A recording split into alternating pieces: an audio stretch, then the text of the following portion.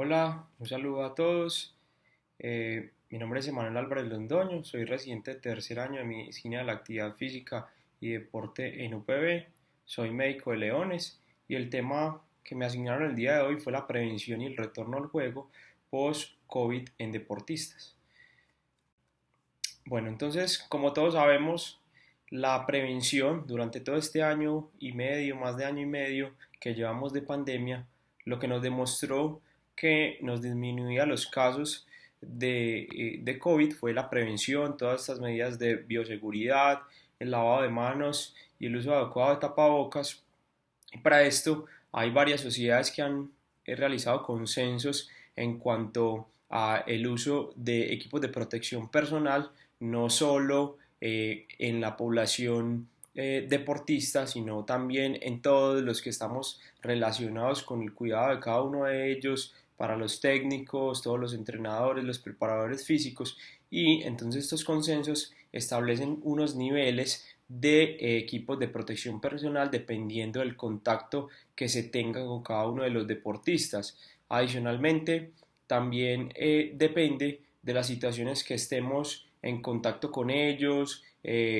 cómo son las características de cada una de esas situaciones, la severidad de ellas, y establecen entonces, como vemos acá, varios niveles de atención y niveles de uso de estos equipos de protección personal. Como les mostraba, las sociedades han diseñado estos consensos no solo para equipos élite como era el que les mostraba previamente, sino para equipos no élite y organizaciones no élite para los amateurs, adicionando también estrategias en cuanto a el diagnóstico de las complicaciones cardiovasculares, como lo vemos acá, una serie de encuestas y una estratificación del riesgo en cada uno de esos individuos, donde me ayuda a definir qué población es susceptible de sufrir una complicación cardiovascular asociada al COVID.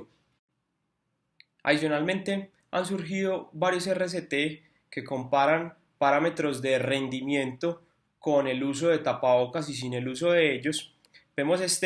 que evaluó unos deportistas de manera inicial con una ergometría directa y posteriormente una ergometría con el uso de tapabocas. ¿Qué fue lo que mostró? Se mostró que había una disminución en cuanto a ciertos parámetros como la saturación de oxígeno, un aumento en la percepción subjetiva del esfuerzo y un aumento en la sensación de disnea en estos deportistas. También se encontró que había una reducción de alrededor del 14% del tiempo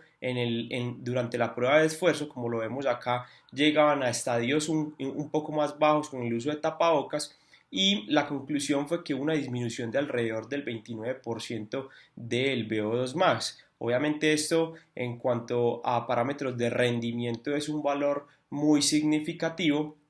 pero encontramos que la mayoría de esos valores en los cuales y en estos factores en los cuales estas variables que hubo disminución se relacionaban con los síntomas asociados al tapabocas como la claustrofobia y esa sensación de ahogo subjetiva en ellos. Entonces, en esto la literatura ha sido un poco dicotómica, en donde hay muchos estudios que nos han demostrado que sí disminuye ciertos parámetros, el VO2 más, la frecuencia cardíaca, los estadios en cada una de las pruebas de esfuerzo, la percepción subjetiva del esfuerzo, la disnea se aumenta, pero muchos de ellos, como vemos acá, nos han mostrado que son valores estadísticamente, no son valores estadísticamente significativos, por lo cual entonces tendríamos que tener bastante cuidado a la hora de la interpretación de estos resultados. Como vemos también, una relación estrecha que hay que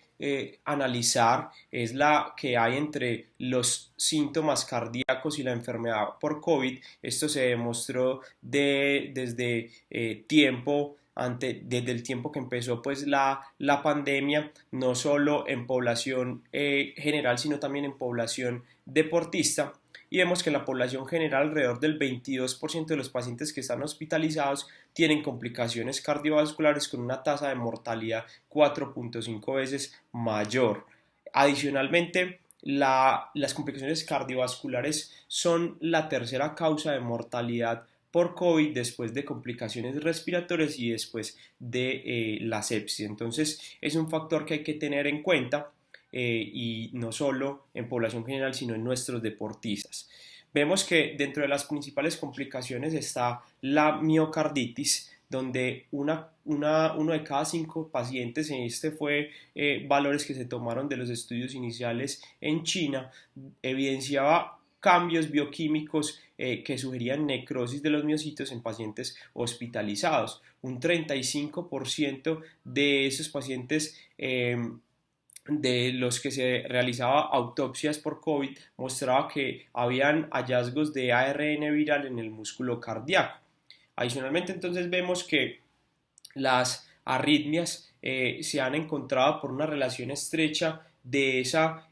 disfunción metabólica que se presenta dentro de esa inflamación cardíaca y esa activación de todo el sistema simpático, lo que todos estos 3 factores me van a predisponer a un porcentaje elevado de arritmias cuando relacionamos esta enfermedad, encontrando que el 7% de los pacientes que no ingresan a UCI pueden tener una arritmia y el 44% de los que sí ingresan a UCI pueden tenerla. Adicionalmente también entonces vemos que todo esto, como vemos aquí la fisiopatología, todo esto genera un aumento en cuanto a los depósitos de colágeno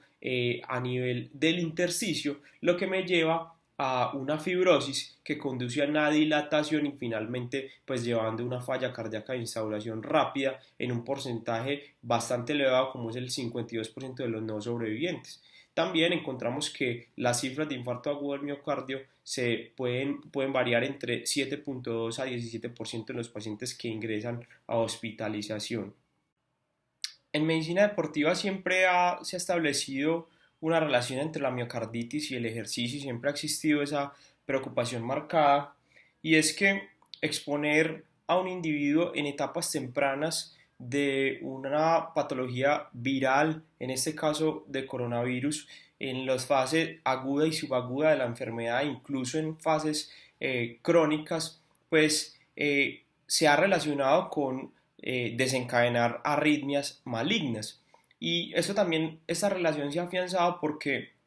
se ha encontrado que alrededor del 7 al 20% de los pacientes con muerte súbita en deportistas se han encontrado hallazgos relacionados con miocarditis. Entonces, por eso esa relación tan estrecha y que tenemos que tener muy en cuenta y hacer un diagnóstico oportuno. Entonces, ¿cuándo sospecharla? Sospecharla cuando hay dolor torácico que empeora con la inspiración profunda, cuando hay disnea, palpitaciones, taquicardia,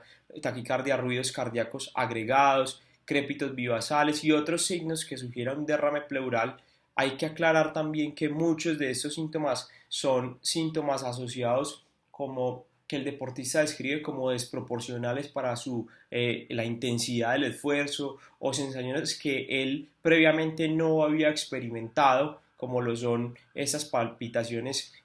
adicionales, sobre todo en el periodo de retorno post-COVID, hay que tenerlas muy en cuenta. También hallazgos a nivel de electrocardiograma que muchos son inespecíficos como elevación o depresión del segmento ST, inversión en la onda T y otras arritmias ventriculares. Como vemos son muchos hallazgos que se pueden encontrar en muchas otras patologías y que por eso hacen un poco difícil el diagnóstico exacto de esa patología, pero lo importante es tenerla en cuenta para solicitar ayudas adicionales. En nuestra residencia estamos realizando un estudio en los deportistas que están afiliados a Indeportes Antioquia, que han sufrido COVID. Se han diseñado unas valoraciones en una ergometría directa, se miden parámetros y variables de rendimiento, se evalúa dinamometría isocinética y muchos valores en los que han sufrido COVID y están en ese proceso de retorno post-COVID. Tenemos un número de alrededor de 29 deportistas, dentro de los cuales 2 son asintomáticos, 27 casos leves y ninguno hospitalizado. Por el momento los resultados van que 8 han presentado algún síntoma cardíaco, 21 han presentado síntomas persistentes durante el primer mes y 7 algún síntoma cardíaco persistente al primer mes. Dentro de esto, 17 electrocardiogramas con algún hallazgo positivo y uno requirió una ecocardiografía. Aquí dentro de esos 17 hallazgos, pues es difícil diferenciarlos entre si son hallazgos relacionados con el corazón del atleta o si son posteriores a presentar la enfermedad por COVID. Estas son una de las guías que se han planteado, esta es sobre todo una guía del Colegio Australiano, donde va a haber un punto en común, que es que después de una enfermedad por COVID deberíamos tener un periodo de reposo de al menos 7 días y al menos 7 días libre de síntomas, ¿cierto? Ese sería el periodo para uno empezar a realizar un retorno progresivo a la práctica deportiva. Dentro de eso hay varias guías que han establecido, como lo vemos aquí, también este algoritmo de manejo nos muestra que se debe realizar un periodo de 10 días de reposo, con eso de más o menos de 7 a 10 días asintomático, se estratifica la severidad de la enfermedad de ese paciente y a partir de esto pues tomamos ciertas decisiones. Si el paciente es asintomático, entonces se le hace una valoración, se pregunta una adecuada anamnesis, se evalúa por ciertos síntomas. De no ser así, entonces se puede empezar con un retorno progresivo. Ya si hay presencia de síntomas, se debería realizar un electrocardiograma, evaluar biomarcadores o una ecocardiografía dependiendo de los hallazgos que encontremos aquí. Aquí las sociedades van a variar porque hay unos que prefieren hacer siempre el electrocardiograma, otros deciden que solamente con la evaluación clínica. Y a partir de esto, si encontramos hallazgos positivos de miocarditis, entonces ahí sí deberíamos derivarlo a estudios adicionales. Posteriormente, entonces, lo que tenemos que realizar es un retorno de manera progresiva. Este es un algoritmo que nos propone el Colegio Australiano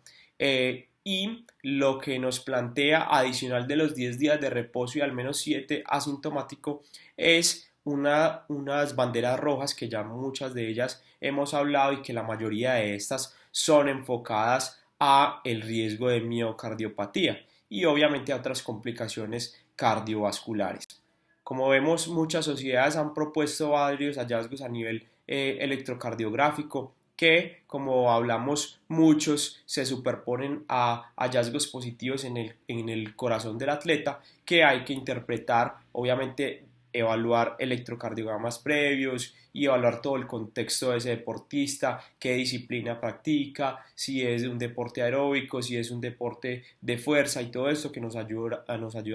ayudaría a orientar si estos hallazgos son nuevos o si son previamente presentados. Este es un esquema que nos proponen de estadios de retorno al campo de post-COVID, donde nos proponen alrededor de 5 estadios y como vemos en cada uno de los estadios se debería implementar un volumen de ejercicio que va de menos a más, un retorno progresivo basado en la percepción del esfuerzo, basado en frecuencia cardíaca, basado en el tipo de actividades que esté realizando y basado en varios parámetros de planificación del entrenamiento. Como vemos en el estadio 1 hay un volumen de alrededor de 15 minutos por día con una frecuencia cardíaca por debajo del 70% de la frecuencia, del 70% de la frecuencia cardíaca máxima. Esto va a ir aumentando. Hay varias sociedades que nos plantean que cada uno que los deportistas deberían estar en al menos un estadio, un día por cada uno de los estadios. Este es otro esquema que nos proponen. Como vemos en el estadio 1 son mínimo 10 días y en cada uno de estos estadios se va aumentando este tiempo. El volumen, como vemos, se va aumentando de menos de 15 minutos, menos de 30 minutos, menos de 45 minutos, menos de una hora y posteriormente pues se han encontrado ya el tiempo completo de este retorno. Si un deportista presenta al menos un síntoma en cada uno de los estadios, deberíamos devolvernos y dejar ese deportista en al menos un día o 48 horas en ese estadio y posteriormente ascender. Como vemos, el monitoreo es por percepción subjetiva, por síntomas, por frecuencia cardíaca y entre otros. Es una manera de hacerlo de manera segura en los deportistas sobre todo. Bueno, este tema es un poco extenso para darlo en tan poco tiempo, pero espero que se haya quedado el mensaje grande de la charla, que es esa prevención y es ese retorno progresivo y no mandar a nuestros deportistas a un retorno muy prematuro que nos exponga a estas complicaciones cardiovasculares. Finalmente, estas son mis redes sociales. Muchas gracias por la atención.